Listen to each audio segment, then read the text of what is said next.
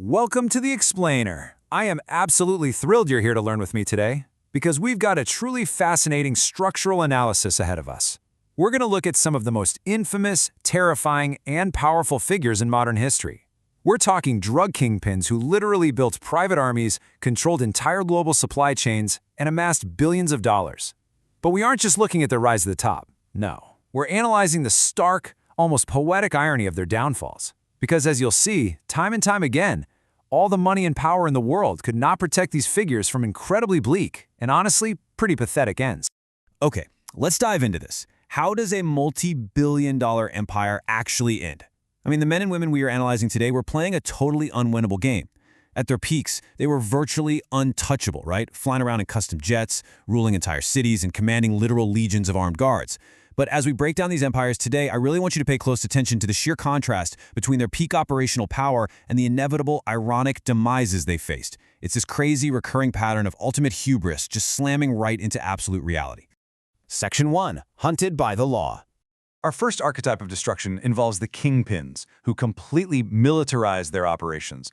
They built these massive private armies to fight off the state, only to find themselves cornered and hunted like animals in their final moments. Take Pablo Escobar, for example. $30 billion? That was his estimated net worth. I mean, he started off stealing tombstones, sandblasting the names off, and reselling them as new. He dropped out of school with this wild dream of becoming the president of Colombia, but instead, he built the Medellin cartel. At his peak, Escobar controlled roughly 80% of the world's cocaine supply, moving 70 to 80 tons a month. The guy was so incredibly powerful that he ran for Congress and actually won.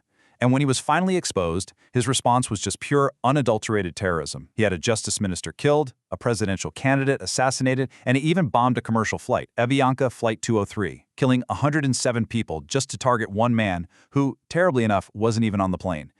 When he finally quote-unquote surrendered, he did it entirely on his own terms. He built his own custom prison, literally complete with a nightclub, a soccer field, and a jacuzzi, running his cartels straight from the inside.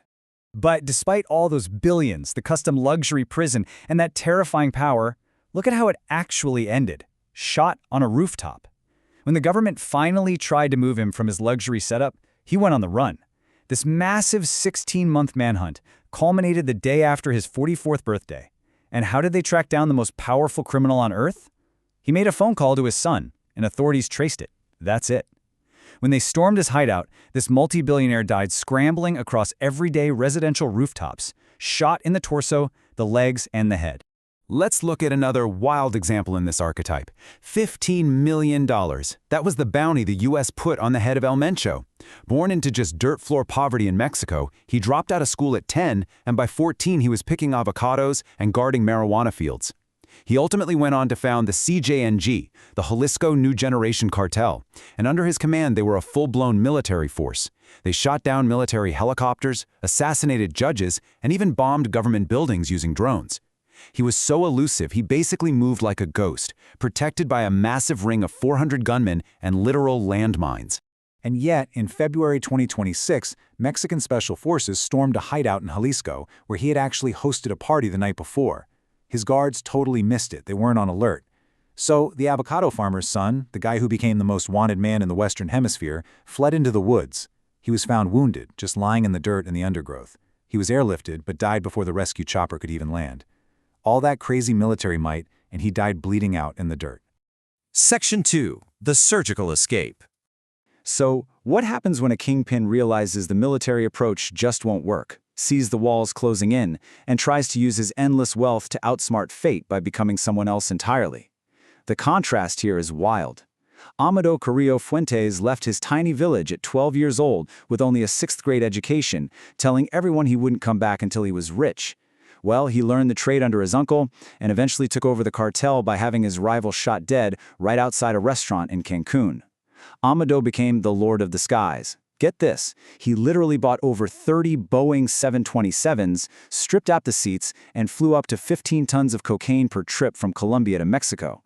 The guy lived like a high-end businessman, bribed generals, and built an empire worth an estimated $25 billion. But by 1997, U.S. indictments were piling up, his main military protector got arrested, and agents only narrowly missed capturing him at his sister's wedding. And this brilliantly illustrates the grim reality of trying to outrun your own empire. On July 4th, 1997, Amato made the call to just completely erase his identity. Step 1, he checks into a Mexico City hospital under a fake name. Step 2, he undergoes 8 grueling hours of facial surgery to totally reshape his appearance. Step 3, surgeons removed 3.5 gallons of fat from his body. And then, Step 4, he gets wheeled into recovery, and by morning, the 42-year-old billionaire was dead. The official cause was complications from anesthesia. But wow, the story does not end there, and the postscript is incredibly dark. 4 months after that botched surgery, the 3 doctors who operated on him were found stuffed inside steel barrels along a highway. They had been tortured, strangled, and encased in solid concrete. And because Amato had tried so incredibly hard to just vanish into thin air, his own cousin was out there telling reporters he was still alive. The DEA actually compared it to Elvis sightings.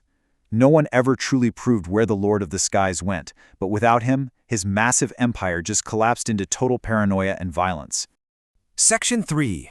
The Prison Paradox. Now we are going to pivot from these international billionaires to a kingpin who ruled the local streets, Felix Mitchell. He grew up in the projects in East Oakland with no money and no way out, so he formed the 69 Mob. He connected with major kingpins in LA and Detroit and built this massive heroin empire, pulling it up to $1 million a single month.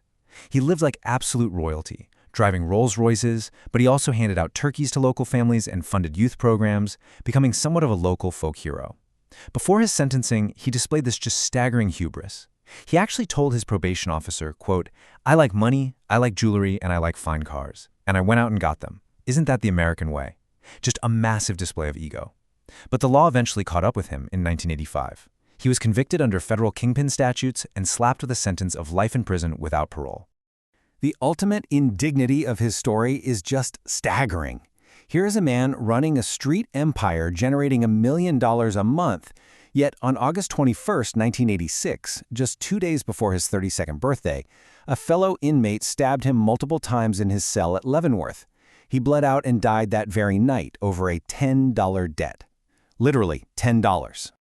Now, what's really interesting about this slide is the lasting structural impact of his death, which was absolutely devastating. Mitchell's funeral was this surreal, massive spectacle.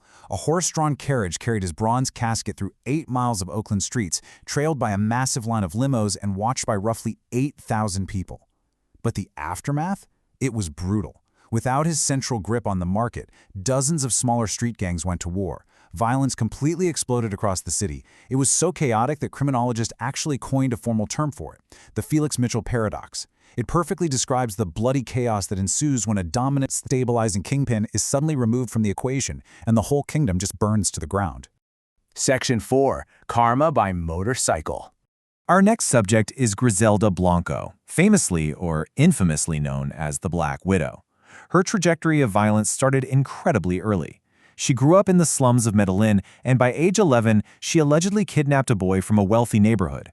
When his family didn't pay the ransom, she just shot him. Before she even hit 30, she was running one of the most violent cocaine empires in American history, and the sheer cruelty of her operations was staggering.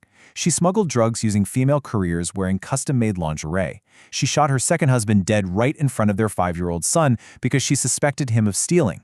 Oh, and she later had her third husband killed too. Her network was pushing about $8 million of cocaine a month in Miami. In fact, the 1979 Dadeland Mall massacre, where her gunmen opened fire in broad daylight, basically kicked off the Miami drug wars. Authorities linked her to at least 40 murders, but perhaps most chillingly of all, when her hitman accidentally assassinated a rival's 2-year-old son instead of the father, Griselda's response was simply that she was glad because it meant, quote, one less witness. She ended up spending nearly 2 decades in prison, but largely only because her own hitman, who was the star witness against her, got caught having phone sex with secretaries in the prosecutor's office. I mean, you can't make this up. It totally collapsed the main murder case. So she pleaded guilty to lesser charges, was released in 2004, and deported back to Colombia. She lived quietly for about 8 years, but then the karma of her life caught up to her with stunning poetic irony. At age 69, Griselda Blanco stepped out of a local butcher shop in Medellin. A man on a motorcycle pulled up and shot her twice in the head. She was executed using the exact same drive-by motorcycle assassination method she herself had pioneered decades earlier. Section 5. The Untouchable Opium King. Let's move to and see how this builds a complete picture. Kun Sa's story is a massive, shocking subversion to the violent demises we've seen so far today. His rise and his exit were just calculated masterclasses in strategy. Born in a remote village in Burma in 1934, he was orphaned early and never even learned to read or write. But by his 20s, he was already learning the opium business from Chinese nationalist soldiers. In 1963, he makes this brilliant, cynical deal with the Burmese government. He agreed to fight local rebels in exchange for using state roads to traffic his opium. He eventually got arrested for treason in 1969 and spent 5 years in prison. But it didn't break him. He actually read Sun Tzu's Art of War behind bars and came out even sharper.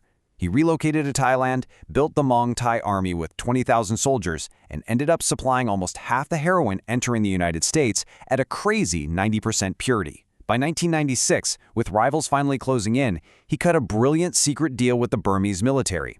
He surrendered his massive army in exchange for no extradition, no trial, and absolutely no prison time. He just moved to Yangon with his massive fortune, and in 2007, he died peacefully in his bed of old age.